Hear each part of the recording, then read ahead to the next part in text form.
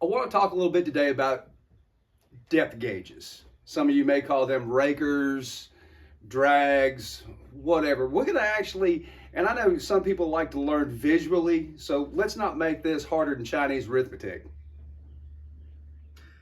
So it doesn't really matter if you've got 3/8 pico chain or 3/8 standard. There is a height difference in between your raker and the tip of your tooth. And if you'll look at that, the tooth is proud. So here, let me take you out, get you into my high-tech software here, my CAD drawing. So as you look at this, as you sharpen your tooth down, it gets shorter. Hence, the height of this has to come down equally. So from the factory, there's 25 thousandths of an inch in between the top of the tooth and the top of the raker. That's why it makes more sense to call them depth gauges, because that's actually what it's doing. So this actually determines your chip. So I actually went out to the wood pile and squished a wood chip, and this is dry. This was from a couple of days ago. So it's actually about 23 thousandths as opposed to 25 thousandths. But that, if it helps, makes sense. Now, I got another visual for you. Now, in a perfect world, I've got an absolutely straight surface right here. But, you know, the bar's got a little bit of a bow in it. But that's how it cuts, and it's making contact as it goes through. So let me put you in here, and I'm going to take you forward just a little bit. I'm going to manually advance the chain around.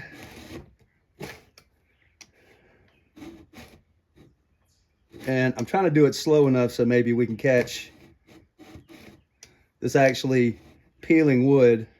If I put too much pressure downward on it, and that's something we'll go touch on in a little bit.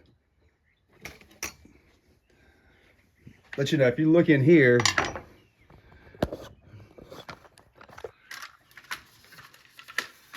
you'll see that it's peeling and cutting chips, and that basically your raker is running interference. It's only allowing the tooth to cut so much. So I feel like this is one of the most misunderstood concepts of a chain. You know, if you can sharpen well, or once you get to the point where you can sharpen well, whether you're using a hand file or a Dremel tool or something like that. Me personally, I tried some of the gimmicky things. The steel 2-in-1 file that's got the raker file built into it. That's a really good option if you can't file very well. It takes a lot of the error out of it, but that's not for this video. One of the things I want to convey is that once you sharpen the chain, and you may not have to touch the rakers every time, the depth gauges, but how important that is to cutting well. So if you're just terrible at sharpening or just okay at sharpening, everybody likes that fresh out of the box chain. Why? Because everything's decently sharp. All the rakers are set appropriately. It self-feeds. You know, it actually pulls to the wood just a little bit. It cuts smoothly. It cuts evenly and consistently. How do we recreate that once it's not sharp anymore? So here, let's go in a little deeper and I'll show you what's up. Okay, so I've sharpened this tooth just to make an illustration. Now this tooth is obviously shorter than this one, meaning the height has come down. So let's get a measuring device. Back you out and get you a good look at this. Okay, I got my depth mic on this, and then I'm gonna turn down until I touch. There it is. And I'm at, take you up here. I don't know if you can see that or not, but I'm at like 18. So basically 18, 19. We are a third less of the chip that we were taking when it was new. Okay, unless you've sharpened for a very long time, getting all ham-handed with this flat file and making your chip bigger is not going to help you. You should really use some form of a gauge. You know, steel makes this, Oregon makes something very similar. it's this, but you know, the gist of it is you lay this, whoops, other way. You lay that on top and then you file until the file skates across, and that's the prescribed height. You know, it says right there, I don't know if you can catch that, 25 thousandths of an inch or 0.63 millimeter. Steel's 6.5 millimeter. I haven't done the banana to metric conversion, but I mean that's the gist. And you know, if you file on top of the gauge, your gauge is going to get smaller. So the idea is do a little bit and then check it. And I actually like to, you know, kind of reprofile the front of that so it is just like the other one is at the factory with a smoother slope. Folklore says, and I don't know this to be factual, that the chain cuts smoother with a rounded leading edge as opposed to a flat peak. All right, so I learned something while I was editing. You see how this tooth is dug in to the wood right here? And you see there's a gap right here? And that is the tooth canting while it's in the cut. And that's your reason why you want a sloped edge on the front of your rakers. So don't file them completely flat, file them at that angle, because I believe that's what's helping it, where we go, where's one that's dug in? That's what's helping it glide in the kerf more stable than a flat surface.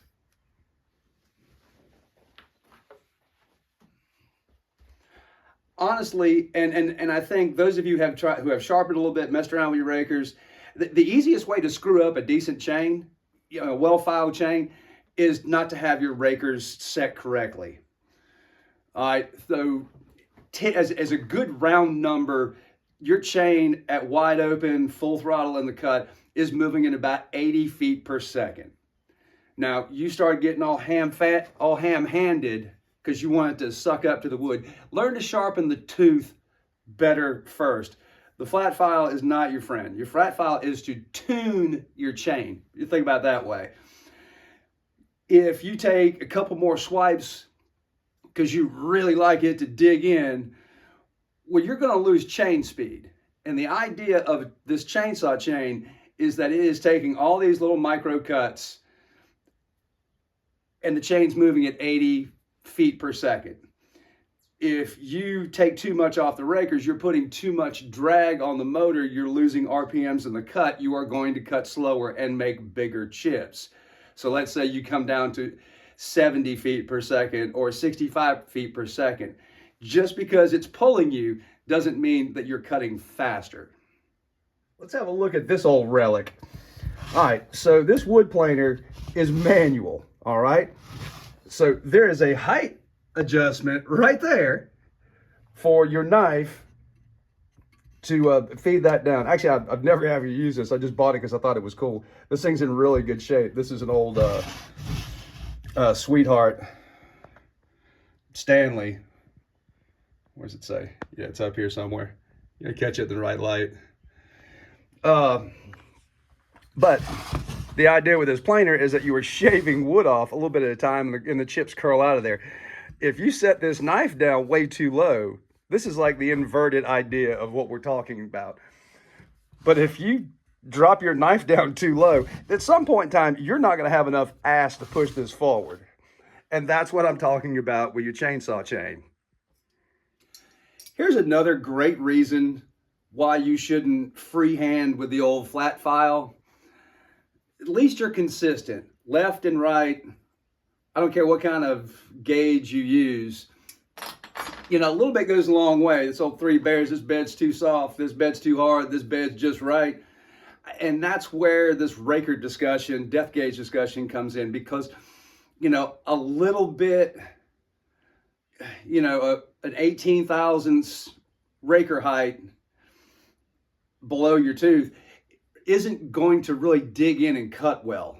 So, you know, you're going to kind of lose traction in the cut.